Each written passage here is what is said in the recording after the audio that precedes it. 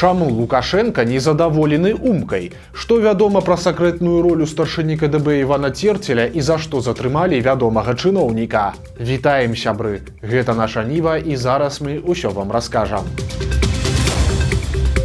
Гасцінцы для Пуціна і Сі Цзіньпіна, крытыка умкі і новая бяда. На наступны дзень пасля паездкі ў Кіраўскі раён Лукашенко набіраўся сіл перад чарговым візітам у Кітай, дзе яго чакаюць для ўдзелу ў саміце шанхайскай арганізацыі супрацоўніцтва, які пройдзе 31 жніўня і 1 верасня. Акрамя таго, кітайскае кіраўніцтва запрасіла Лукашэнку на ўрачысты парад. Святы, прысвечаныя перамозе над японскім мілітарызмам, пройдуць у Пекіне 3 верасня. То бок Лукашэнкі не будзе ў Беларусі як мінімум 5 дзён. Прычым ён загадзя пахваліўся, што ўжо падрыхтаваў падарункі і Пуціну, і Сі. Іх чакаюць мяшочкі з беларускай бульбай. Дарэчы, гатунак, названы ў гонар яго шпіца, Лукашенко раскрытыкаваў. Ён паскардзіўся, што летась у умкі была добрая ўраджайнасць, але сёлета яна чамусьці ўпала. Прычым заўвагі былі зробленыя з тым самым умкам пад пахай.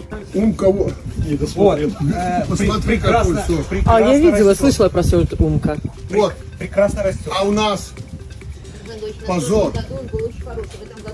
Цікава, што гэтыя кадры з Лукашэнкам публікуе ў яго нібыта афіцыйным інстаграме асабіста Наталія Эйсманд. Падобна, што на яе думку вось так і выглядае моцны лідар, якім старанна выстаўляюць Лукашэнку. Пасля гэтых крыкаў у абдымку са шпіцам Лукашенко зладзіў асобную нараду па бульбе. Ён у чарговы раз раскрытыкаваў беларусаў за тое, што яны не хочуць саджаць гародніну на сваіх участках. У светапоглядзе Лукашэнкі такія дачнікі разбэсціліся і абнаглелі. До сих пор, если у кого-то есть клочок земли, то заботливый, хороший хозяин, если у него домик в деревне, грядку, другую, обязательно выращивает картошки. Но некоторые уже из нас обнаглели до такой степени, что трудно наклониться и корзину картошки посеять весной, чтобы обеспечить себя, ну, хотя бы поздним летом и осенью этим хлебом.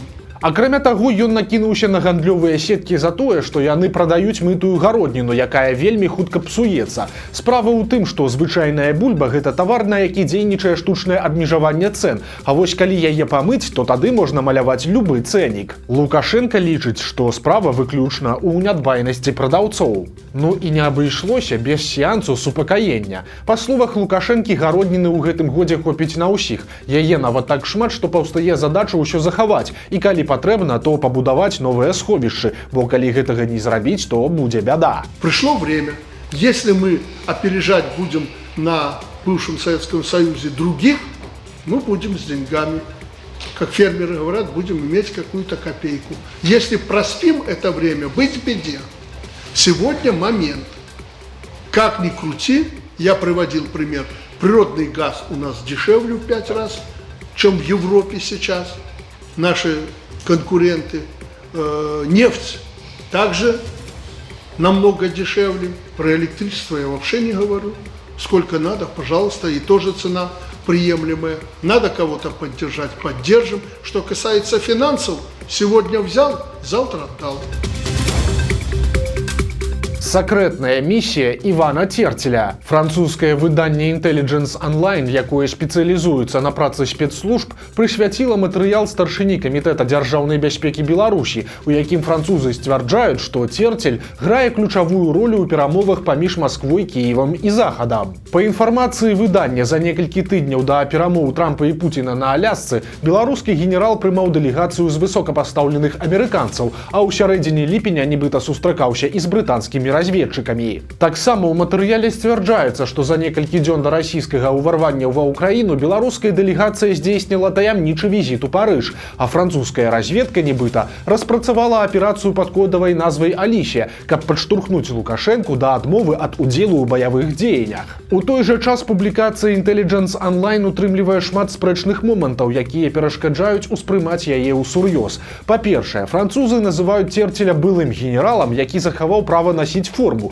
хаця ён застаецца дзейным старшынёй КДБ. Па-другое, аўтары матэрыяла заяўляюць, што былы міністр замежных спраў Беларусі Владзімір Макей, з якім параўноўваюць старшыню КДБ, мог быць забіты расійскай вайсковай разведкай за надта аўтаномную пазіцыю. Ніякіх доказаў у тэксце гэтаму не прыводзіцца. Затрымалі шматгадовага старшыню нацыянальнага паралімпійскага камітэта і кіраўніка беларускага таварыства інвалідаў па зроку Олега Шэпеля. Таксама цяпер не на волі дырэктар віцебскага прадпрыемства «Элект» Александр Пілатаў. Пра іх арышт паведаміў партал «Зеркала». Шэпелю 58 гадоў, і ён пяціразовы паралімпійскі чэмпіён у складзе зборных СССР і Беларусі. У 2002 годзе ён узначаліў таварыства інвалідаў па зроку, а праз год ачоліў і паралімпійскі камітэт. Сярод спартыўных функцыянераў ён з'яўляўся галоўным доўгажыхаром, што сведчыла пра вялікі давер з боку Лукашэнкі. У 2020 годзе Шэпель прыбраў са сваёй структуры ўсіх нелаяльных кадраў, а яго сувязі на самым версе дапамагалі выкручвацца з розных неадназначных сітуацый. Але ж на гэты раз нешта пайшло не так. Па інфармацыі крыніц «Зеркала», Олега Шэпеля затрымалі прыкладна ў канцы ліпеня, і цяпер ён знаходзіцца ў віцебскім СІЗА. Разам з ім схапілі дырэктара прадпрыемства «Элект» Александра Пілатава.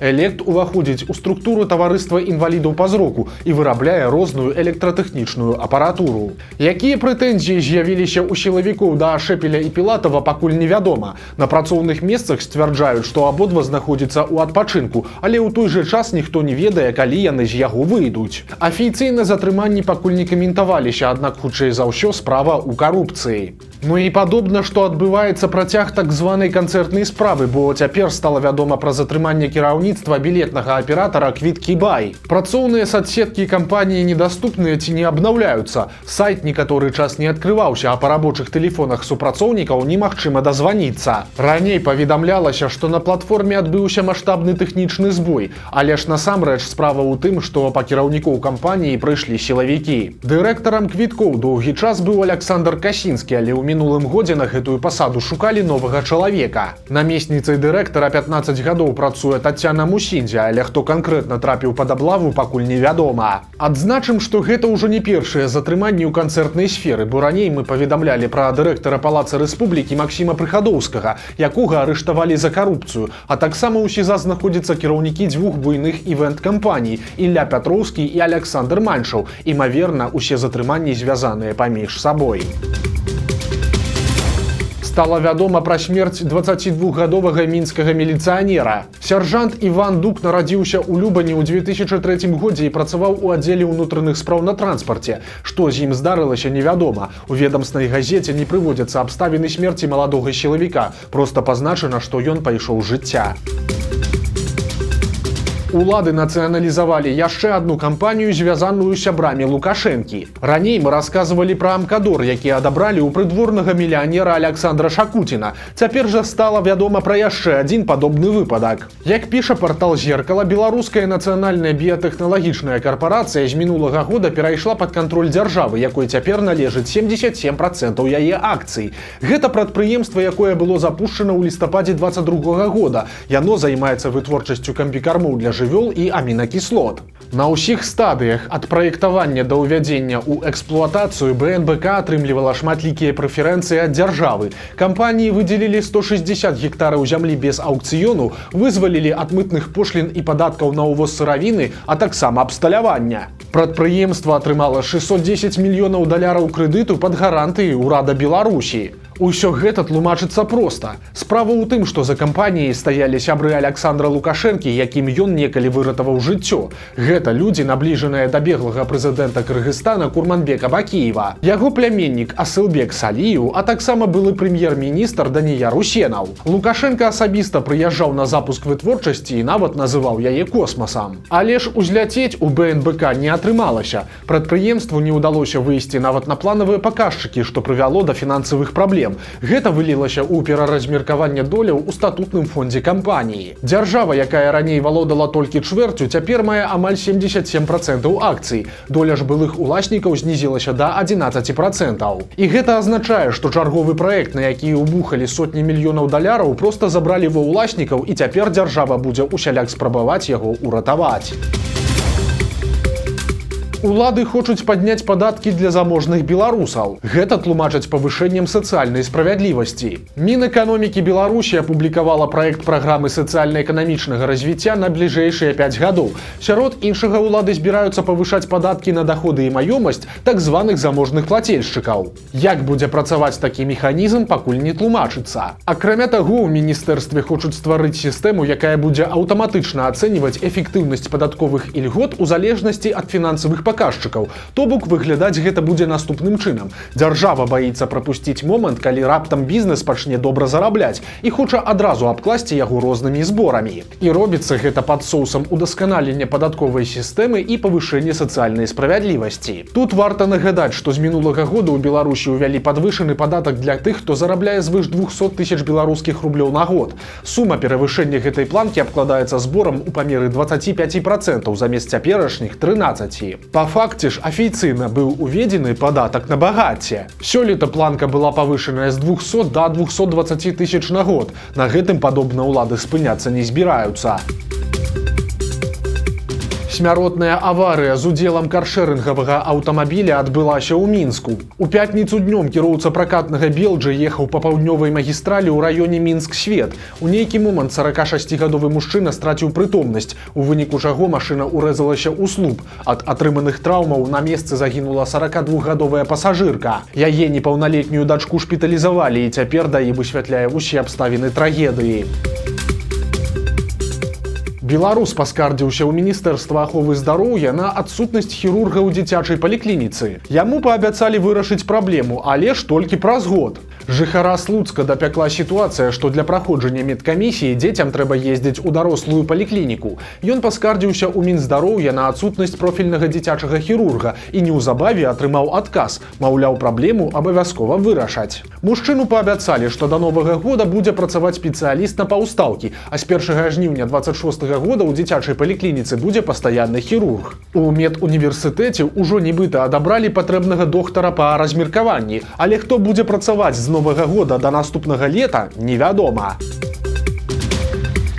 Пад Слуцкам зрабілі алею памяці саламяных цюкоў. Напрыканцы лета па ўсёй краіне адбываецца сапраўднае шаленства. Сельскія гаспадаркі спаборнічаюць адна з адной не толькі ў жніве, але і ў стварэнні часам безгустоўных саламяных фігур. Так, у Слуцкім раёне вырашылі пайсці далей і аб'яднаць адну дзяржаўную скрэпу з іншай – гістарычнай памяццю. Непадалёк ад вёскі Гольчычы з'явілася саламяная алея памяці. З цюкоў зрабілі нешта кшталту памяшкання, унутры якога гарыць сімвалічны вечны агонь. На сценах жа размясцілі фотаздымкі ваенных помнікаў, інфармацыю пра спаленыя населеныя пункты, а таксама партрэты герояў. Пад Мінскам знайшлі рэдкі чорны грыб, які нядаўна ўнеслі ў чырвоную кнігу. Каля калодзішчаў грыбнікі пабачылі вароначнік рашкавідны. Гэта надзвычай рэдкі грыб, які таксама вядомы як чорная лісічка. У сакавіку гэтага года яго ўнеслі ў чырвоную кнігу, а гэта азначае, што збіраць чорныя лісічкі нельга. У Еўропе кошт такіх грыбоў дасягае 120 еўра за кілаграм. Чорныя лісічкі выкарыстоўваюць у смажаных і тушаных стравах, а таксама ў супах, соусах і прыправах. Некаторыя даведнікі сцвярджаюць, што вароначнік рашкавідны можна есці сырым без папярэдняй апрацоўкі. Вось такія навіны пятніцы. У нядзелю на нашым канале выйдзе чарговы цікавы сюжэт, таму абавязкова падпісвайцеся на канал, каб нічога не прапусціць, стаўце лайкі альбо дызлайкі і выказвайце заўвагі ў каментарах. І, канешне, чытайце нашу Ніву, глядзіце нашу Ніву і любіце Беларусь. Да сустрэчы ў нядзелю.